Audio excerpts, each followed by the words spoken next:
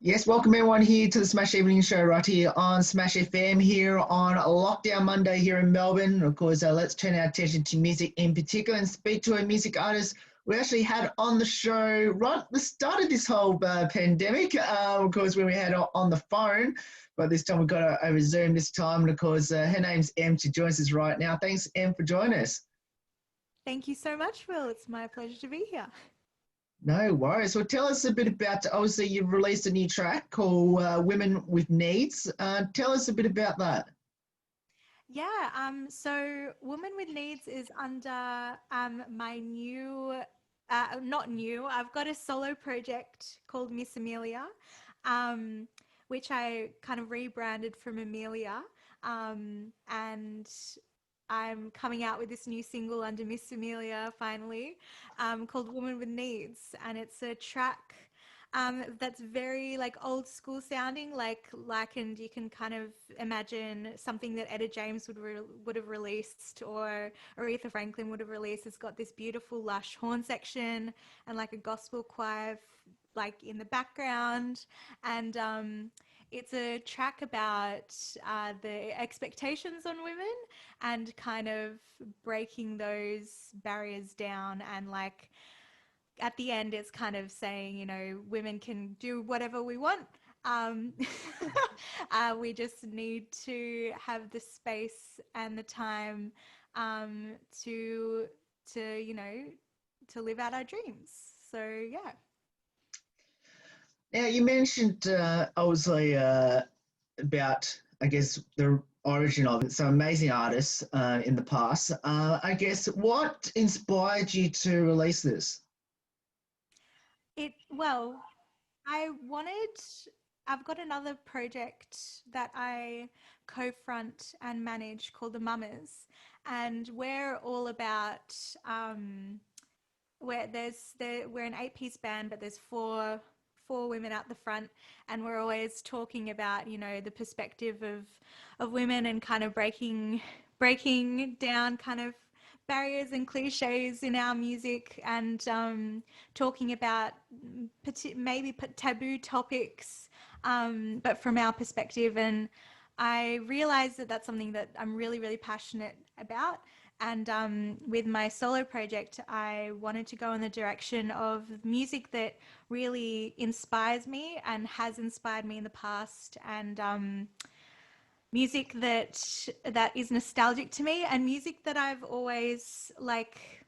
People said that I sound like an old school soul singer, so and I resonate with that a lot. So under Miss Amelia, I wanted to release something that is putting me down that track of being the soul singer that I always wanted to be and I always looked up to, with messages that are really important, and messages that are have depth to it, rather than just a soul song, but a soul song with meaning. So yeah. Now, we mentioned, well, you've mentioned quite a few times about, I guess, breaking the barriers. What barriers do you think it's still out there at the moment?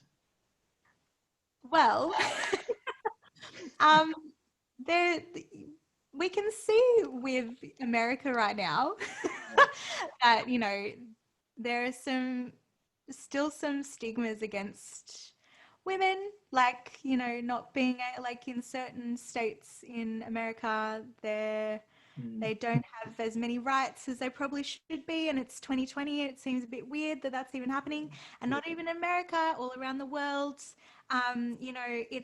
It's less common for girls to be educated in like third world countries. Like, it is a privilege to be educated as a woman in Australia. Like, it's a wonderful thing, but all over the world there are kids, particularly girls, that are not being educated, not getting the same opportunities as the boys do.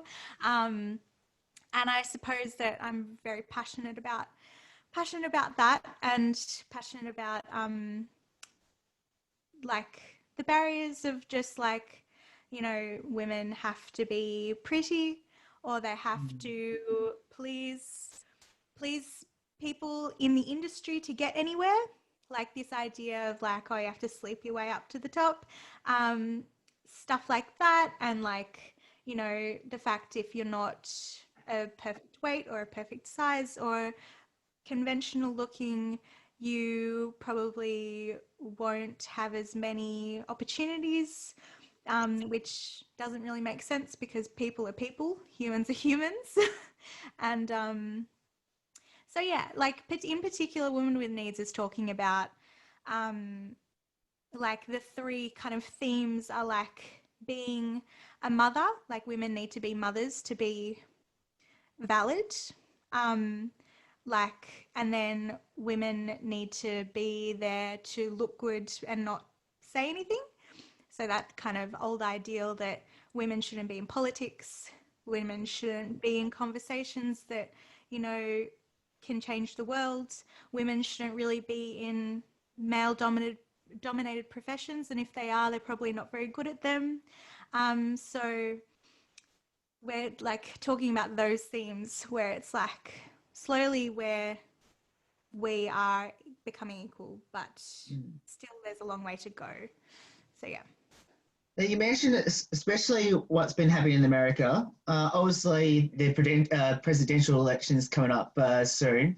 Obviously, Joe Biden had elected a female vice president. Do you think that's in a step of the right direction? And the second part of that question is, here in Australia, are we lucky for the fact that when, I guess, in regards to equality, that we're getting better than most other countries? Well, I think the fact that Joe Biden did, did get someone that is good for the job. It doesn't really matter that it's a woman, Mm, but it's a step in the right direction that, you know, there is a woman in, like, they don't call it parliament, do they? I'm not sure what they call close it. enough. But there's a woman represented on the campaign. Having said that, like I said, people are people, Mm, and she's good at her job. correct. That's Yeah. like the main thing. But it is wonderful to see more women and non-binary people being able to get into these roles for their expertise and the work that they've put towards their jobs, rather than looking at them for their gender. Mm, You know. But speaking of Australia, I think I think we're doing okay. Like there's still quite a long way to go, particularly in like industries like construction. Say it's mm, very unlikely at the moment that you'll see female construction workers. Like, why is that? You know, women are strong. Like like it doesn't matter who you are. Like, you know, if you like to be in that field, it should be welcoming. You know, but the same thing goes for the music industry. Incredibly male dominated. mm, Um, it's it's most musicians that you meet live, like live performing instrumentalists, will be guys. Um, Most of the headline bands on festivals before COVID were all guys. You would maybe see like one or two female acts within a within a festival lineup of like 30 bands.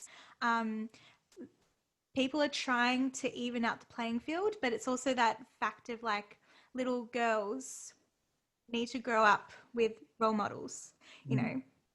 So like until we have more people being represented, the more that the younger generation will feel inspired and also um, have the space to pursue that career. So we just need to push um, to make that space, but also recognize that we do have a long way to go, and it is more about the fact that some people were disheartened when they were young and they never decided to pursue particular careers, mm, maybe because they were women and because it was male dominated. So I definitely have felt a lot of pushback in my industry, being a female composer and band leader and manager and director, and performer. And it took a while to get that respect in my industry. But now, luckily, I have it. And also, the people that I'm surrounded by are wonderful people, and they don't like the idea of the fact that I'm a woman doesn't even matter. And that's fundamentally the most important thing. How exciting is that to release at the end of this month, even though we're in the middle of a lockdown at the moment? Yeah, it's been interesting. There was, there was a lot of talk about like whether people should be releasing music during a pandemic. What is the right route to go down? And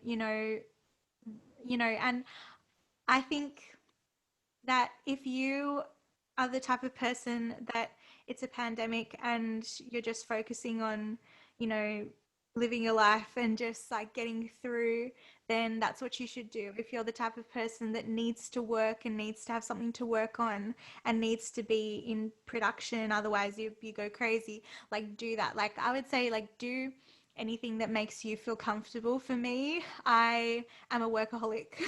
Yeah. So and like, I had this song ready before, like nearly ready before the pandemic hit. And I was like, you know, I could wait, or I could just release this baby into the world and, I won't have a physical release, but that's okay. Um, but it's been a learning experience because I filmed my own music video for this, like by myself. And that was interesting. Like filmed, edited, like wrote down the storyboard for it, and tried to make something that looked semi-professional by myself. So it's like it was a learning curve, but it's also just this thing. It's like, you know, if you're in the headspace to, I learned a new skill, which was like filmmaking and editing and like that side of an industry that I never really pursued before. um, yeah, and releasing it now. And if anything, it's been very positive. Like, what's the word I'm looking for? Uh, all of the everyone has been reacting to it very positively and being like very excited. So I think though we are in a pandemic, like people like to look forward to a bit of entertainment and a bit of like light in their life. So if that's what I can provide during this time, then that's wonderful. So yeah. Now, during this pandemic, I know, as you mentioned, obviously, other than being a singer and an artist and a composer, obviously you do manage other artists, which we're lucky to have one of those a couple of weeks ago on the show in Montana. But I guess what have you been doing? Um, have you been doing any virtual performances at all? I did one or two. Um, I've done like, yeah, like the Zoom performance or like an Instagram takeover or a live stream. Um, I even though I can play uh piano, like and I teach piano and I'm like piano is my secondary instrument. Um, and I am comfortable playing and singing. I still it's still strange to do it because you're just playing to a screen, and then like I found myself like squinting at the screen trying to see what people were saying, and I was like, what do you and then I was responding comments going and they were like, no, blah blah blah, and I was like, what? And then I was like, this is not cute, this is not what is so I if I don't have anyone to kind of sit in the room with me to like bounce off, like I feel like that would have been a bit easier. Um, so I'm kind of laying low on the live performances because honestly, doing it by yourself is very weird and very hard because you switch on the thing and then okay, you're live streaming and then people logging in and you don't know what's going on and you've got no one to read it for you, so you're like trying to look and trying to also like communicate, and it's very strange. So Yeah. so having said that, I probably will do one live stream after the song is released, playing the song in an acoustic version. Um, but yeah, otherwise I probably like those kind of performances. Now, I did mention before, obviously, we had a privilege to interview one of your clients in Montana Sharp a couple of weeks ago. Um, I guess, how special is it to manage these amazing artists, especially here in Melbourne, who are obviously most of the Melbourne artists who are unfortunately trapped in lockdown as well, so not much music live performances. How so is that for you to manage all these artists, and what have you learned from managing these artists?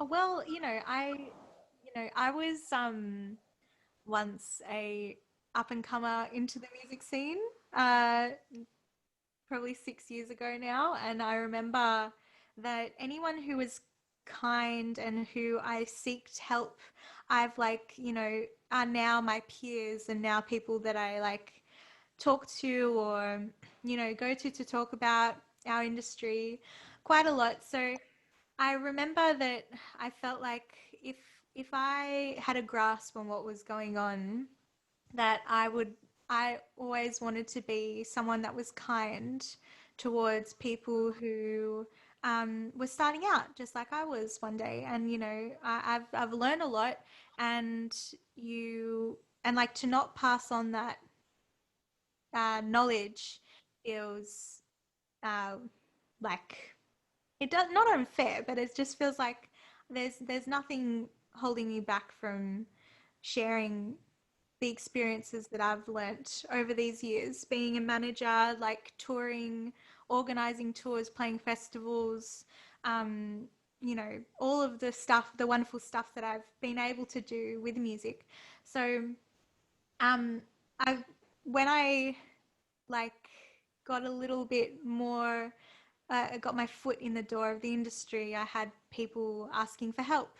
Um, and then that kind of turned into me like doing these kind of little press runs or like PR, like helping with people's PR, or like semi managing them for like, a release. Um, and that kind of turned into this kind of grassroots agency where, someone that I know through the industry like asked me, and I'm just like, yeah, cool. And so it's this wonderful little community um, that we have, and like, yeah. So I do it. I do it because I want to support, you know, people that I know the boat that they're in. Um, and it's a weird time now with COVID. So so mostly, all I'm doing now is like helping with social media and press, like PR stuff, marketing, because sometimes people have fantastic music, but they're not sure how to go about putting it out there and getting people to listen. Because there's a lot of good music there, but people don't know how to maybe get it heard. Mm. So that's where I came in sometimes. So yeah, and it's nice because it's like throughout the years I've had the joy of making wonderful connections with people in all aspects of the industry. And they're always very happy and open to listening to these other artists that I'm helping, and they're keen to help them as well. So yeah, it's a great community we have in Melbourne. Mm. Like in the kind of anything to do with the arts, it's like everyone's very supportive. Mm. Yeah. Now, what does the music industry mean to you now? Well, we're yet to see Oh. because we don't know. We don't know what's going to happen when restrictions are lifted, and even then, if it will be safe, and what the industry will look like. We don't know. Right now, it's everything's online, and it has to be online. So it's interesting to see the way that we all maneuver that, and we're all kind of learning and growing and accepting this kind of new platform that we have to be on, because we're not performing live, we're not making any income off performing live or merchandise or touring like we probably used to be. So even in terms of financial like things, that's an interesting path, because it's like, you don't know, um no one really knows how to make any income from their craft now, because it's kind of this limbo period where it's everything's online, and we used to do things online for free, so why would we be asking people to pay for it now? So Mm. it's whereas they would come for a live performance, and that's the normal thing. So it's been very interesting, but we'll see. Hopefully, my hope is that I'll still be able to go on the road and still be able to see beautiful places and beautiful people in different cities again on tour or for a festival, because they were the best things about being a musician, connecting with other people from Australia and beyond, and connecting with music. So I hope I can still do that Mm. someday. But Yeah. for now, I'll do it online. Yeah. Yes. Correct. Now, of course, we'll finish up with these last two questions, which is for anyone that should, once it's released, and that on the 31st of August, which is this time next week, how can anyone head and check out your music in regards to downloading this new release, Women with Needs? Well, they can, like anyone who would like to hear something soulful, something real old school, something feel good, um, a little bit dramatic in terms of music and theme, but it'll be available on all streaming platforms under Woman with Needs, WOAMAN with Needs, and it'll be released on all of my social media, which is all under at Miss Emilia Music, which is MISSEMILIA Music. And yeah, you can find me on Spotify, iTunes, Apple Music, and I'll release the music video on YouTube, on Facebook, on Instagram, and you can probably find me all under Miss Emilia Music. So yeah, it'll be all up there. Yeah. And we'll finish up with this one last one for especially all the Melburnians that are currently in lockdown at the moment. And there's a couple of young artists out there, especially female artists, which is something that's passionate to our hearts as well. What would be your advice to them to, start writing or start composing some music? What would be your advice to them?